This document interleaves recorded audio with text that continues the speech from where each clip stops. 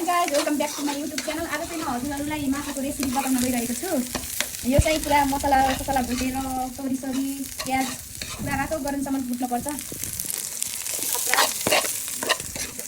यो कुन माछा पुरा हुनेछ। सुरुमा चाहिँ मैले भ्लग गराउनै भुलेछु कि सुरुबाट बनाउन खोजेको, तर बिचमा याद आयो। अनि एक्कासी अब चाहिँ यो पेस्टमा चाहिँ टमाटर राख्नुपर्छ। अनि यसलाई चाहिँ मजाले मिक्स गर्नुपर्छ। हजुरलाई म मेरो फुल भिडियो हेर्नु, तपाईँलाई म स्टेप बाई स्टेप यस्तो मिठो माछा बनाउँछु। सबैले औँला काट्न हजुरले पकाएको माछा खायो भने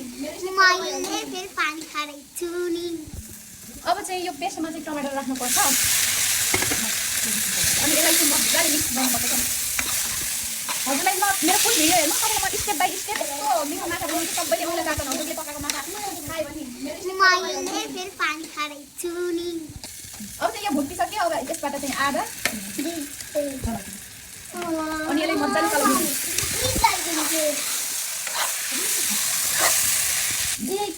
अनि यो चाहिँ आधा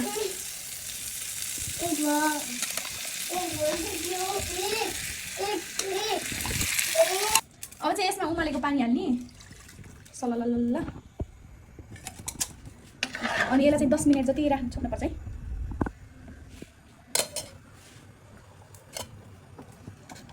भर्खरै खाउँ जस्तो लागिसक्यो।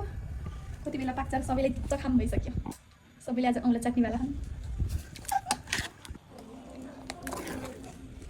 फाइनली गाइस, माछा चाहिँ पाकिसकेको छ। अनि उताको साइडको चाहिँ दिदीको घर लगिदिन लाग्यो।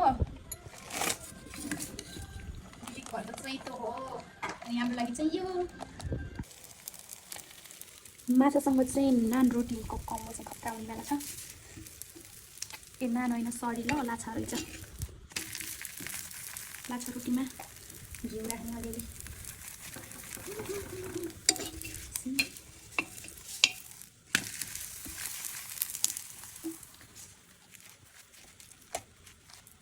यो त बिचबाट उक्किने रहेछ त हो। बिचमा चाहिँ म उता दिदीको घरमा माछा सुन्न गएको थिएँ, त्यही भएर यति ब्लग सुट गर्न पाइनँ। अनि सबैजनाले खाएर गएछन्। अनि हाम्रो भाग चाहिँ यसरी राखिदिनु भएछ। अनि अरूको रियाक्सन देखाउन नपाए पनि उनीहरूले चाहिँ एकदम मिठो छ भनेर मैले तारिफ गरेर बसी खाना छैन। अब मैले टेस्ट गर्छु है।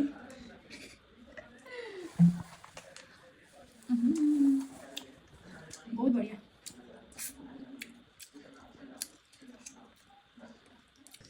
आजको ब्लग चाहिँ यति नै। अब नेक्स्ट टाइम भेटौँला। मन परेमा लाइक सब्सक्राइब गर्नु होला। हजुरले माछाको रेसिपी पनि हेरिसक्नु होला। यस्तै माछा घरमा पकाएर सबैजना खुसी पार्नुहोस्।